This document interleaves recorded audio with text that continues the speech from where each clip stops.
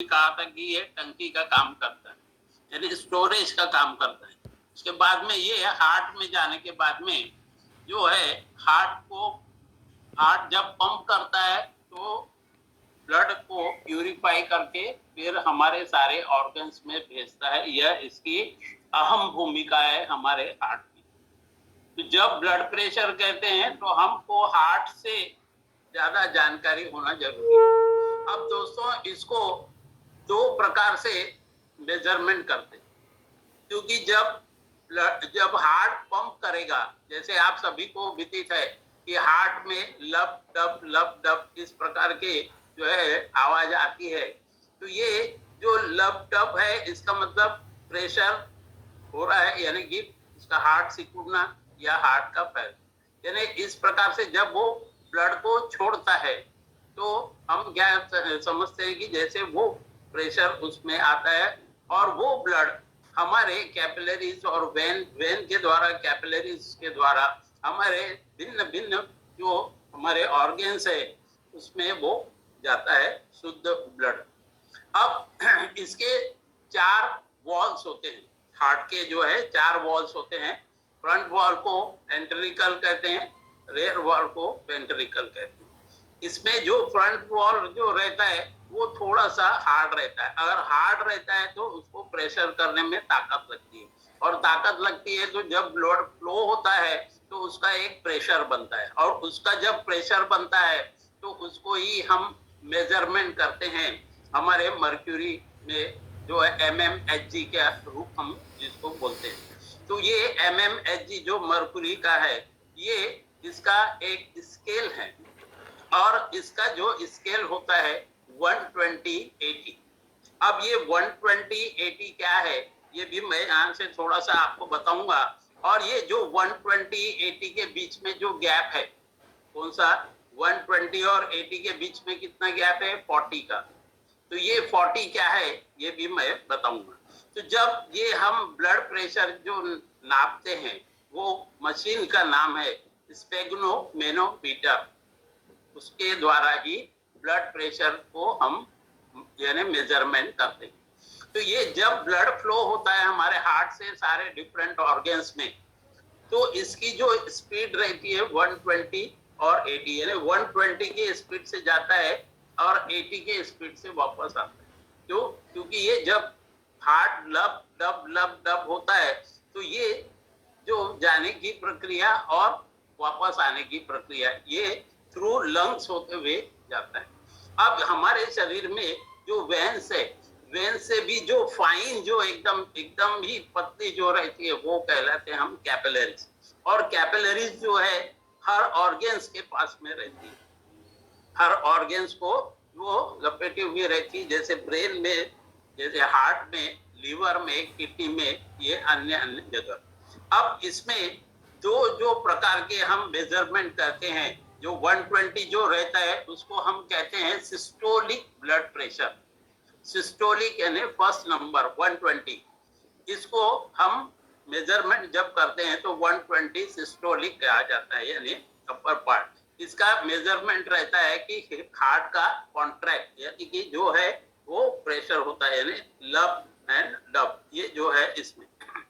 अब इसका भी और कुछ एग्जांपल्स मैं बाद में बताऊंगा। तो दूसरा जो रहता है 80, यानी वो रहता है diastolic blood pressure. Diastolic blood pressure जो रहता है 80।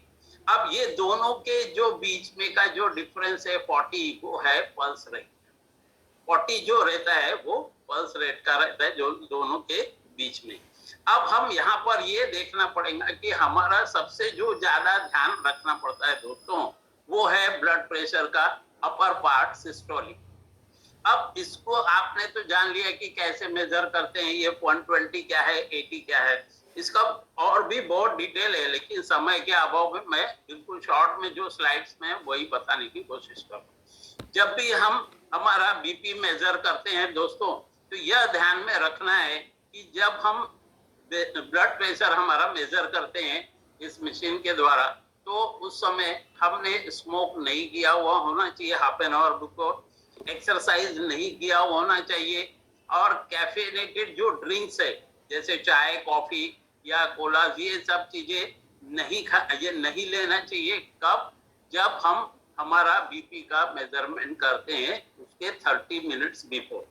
दूसरा, जब हम बीपी का मेजरमेंट करते हैं तो एक फ्लैट चेयर में बैठ के, फ्लैट जो रहता है एकदम समान, वहां पर हमारा लेफ्ट हैंड रख करके उसका हमको आराम से, यानी हमारा टोटल शरीर जो है उस समय किसी टेंस में नहीं रहना चाहिए, यानी हम बिल्कुल काम रहना चाहिए और उस समय इसका मेजरमेंट करना चाहिए, तब ये बराबर आता है। उसी प्रकार से हमको बिल्कुल रिलैक्स रहना चाहिए। अगर हमने फुल शर्ट अगर पहना है तो उसको निकाल के फोल्ड करके हमको हाफ हैंड करके लेके आना चाहिए, क्योंकि बहुत सारे लोग ये भी गलती करते हैं कि फुल शर्ट अगर पहना है तो उसके ऊपर में वो से लगा के वो मेजरमेंट करते हैं, ये बहुत बड़ी भूल है। उसी प्रकार से जब भी हम इसका मेजरमेंट करते हैं तो हमारा जो है ये हैंड जो है वो बॉटम में और वो शर्ट जो है वो खुला होना चाहिए। उसी प्रकार से जो हमारा इंस्ट्रूमेंट है वो भी जो डॉक्टर मेजर करता है वो प्रॉपरली एक जगह प्लेट जगह में रहना चाहिए। उसी प्रकार से हम जब भी मेजरमेंट करते हैं तो इन सावधानियों को रखते हुए ही मेजरमेंट करना पड़ता है। दोस्तों, और एक खास चीज बताता हूँ कि जब हम सोते हैं उस समय हमारा ब्लड प्रेशर नॉर्मल रहता है, जिनको शिकायत नहीं है उनके लिए। और जिनको अगर ये प्रॉब्लम है तो रात्रि के निद्रा में भी आपने देखा कई पर्सन जो है हार्ट अटैक या हार्ट फेल्यूर ऐसे जैसे चीजों के शिकार होते हैं। तो उस समय क्या होता है कि उनका जो ब्लड का पंपिंग रेट है, क्योंकि ब्लड का सारे शरीर में सारे ऑर्गन्स को पहुंचाने का कार्य केवल हार्ट ही करता है उसके पंपिंग के द्वारा। तो ये हम देखते हैं कि उस समय और जब हम सो के उठते हैं उस समय भी नॉर्मल रहता है, लेकिन जैसे जैसे हम दिन होते जाता है वैसे वैसे हमारा ये प्रेशर बढ़ते जाता है और वैसे ही संध्या के समय ये डाउन होता है।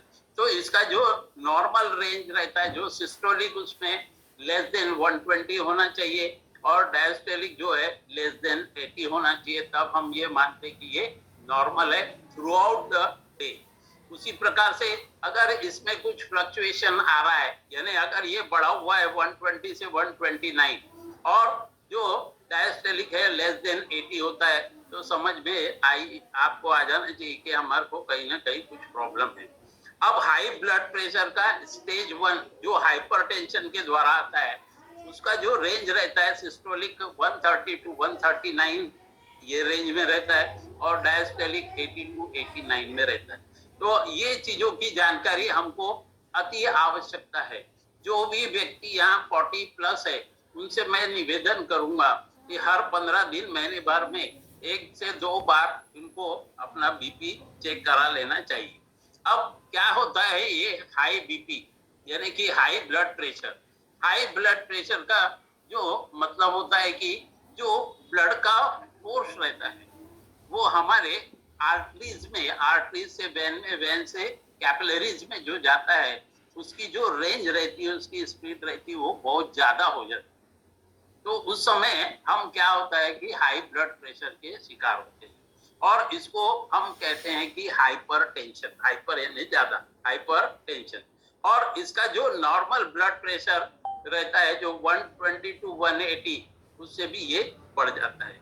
अब हम यहाँ पर देखते हैं कि जो यंग एज के पीपल्स है जो 25, 35, 40 तक जो है उसका सिस्टोलिक प्रेशर 120 टू 129 और डायस्टोलिक प्रेशर 80 रहता है।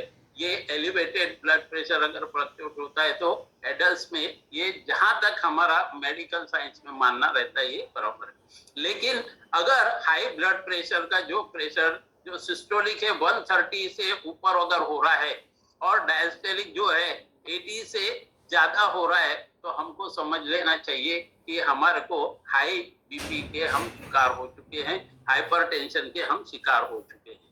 तो यहाँ पर जो पोजीशन है देखिए कि जो वेन्स और कैपिलरीज जो रहती है आर्टरीज उसकी जो सीमा जो यानी कि ये रहता है उसका जो फ्लो ऑफ ब्लड का जो वैल्यू रहता है पहले नॉर्मल में देखिए कि वो वाइड है, फिर प्री हाइपरटेंशन में वो देखिए बीच बीच से प्रेस होते हुए जा रहा है। फिर हाइपरटेंशन में